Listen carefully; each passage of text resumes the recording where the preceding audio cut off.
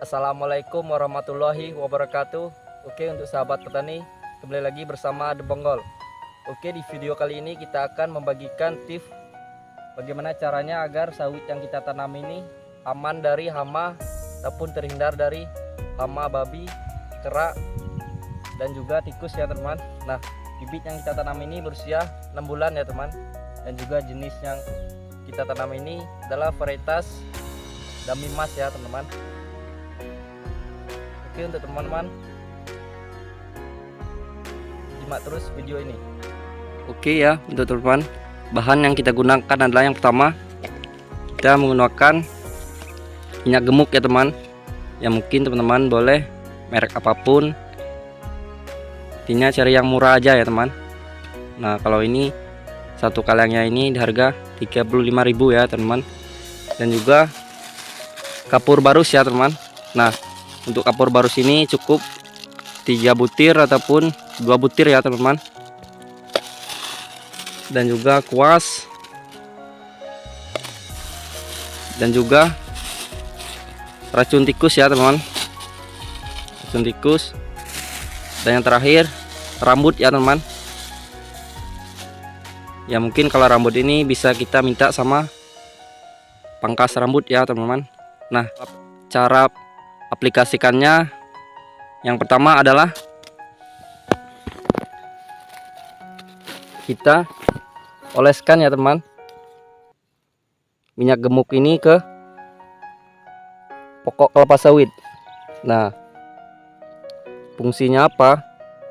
Agar nanti rambut yang kita pasang itu lengket ke batang sawit ya teman-teman. Dan juga kalau untuk tikus itu dia nggak mau yang lengket-lengket ya teman-teman,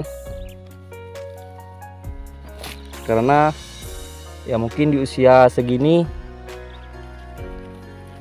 lumayan enak ya teman untuk dihantam tikus.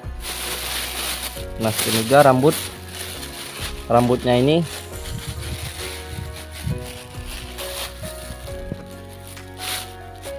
kita simpan di sini ya teman.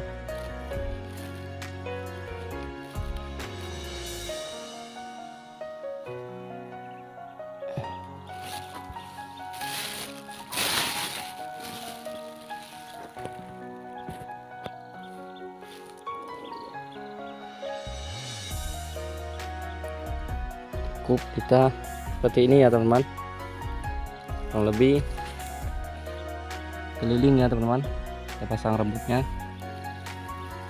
Nah, dan juga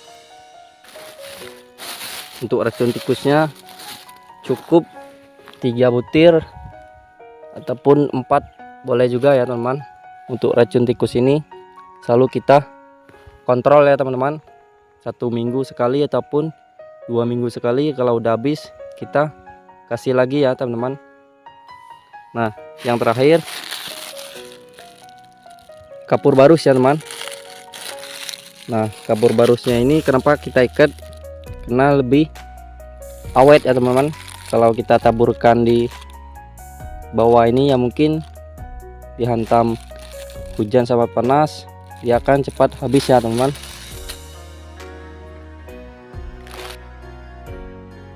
Kalau untuk kapur barus ini kita tusuk-tusuk ya teman-teman, biar nanti aromanya kecium. Jadi fungsinya ini untuk menghindari kera sama babi ya teman, supaya bibit sawit kita aman.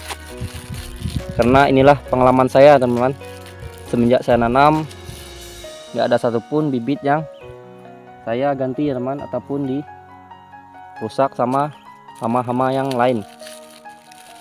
Nah, cukup kita ikat di sini ya teman-teman. Untuk kapur barusnya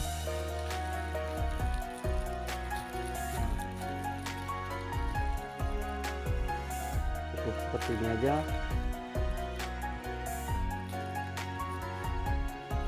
Nah, kalau masih banyak sisa kapur barusnya ya saya kemarin saya taburin di tengah-tengah kebun ya teman.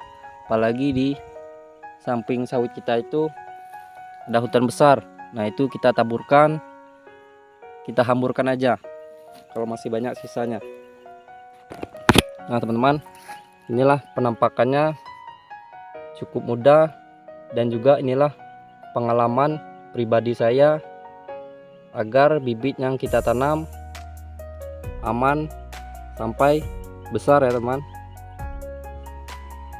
Biayanya pun tidak seberapa ya teman, dibandingkan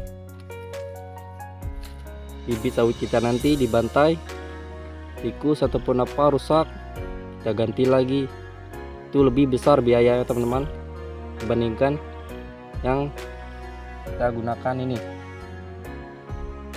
Oke ya teman-teman, itulah tips agar bibit sawit kita yang kita tanam aman dari hama-hama ya teman-teman.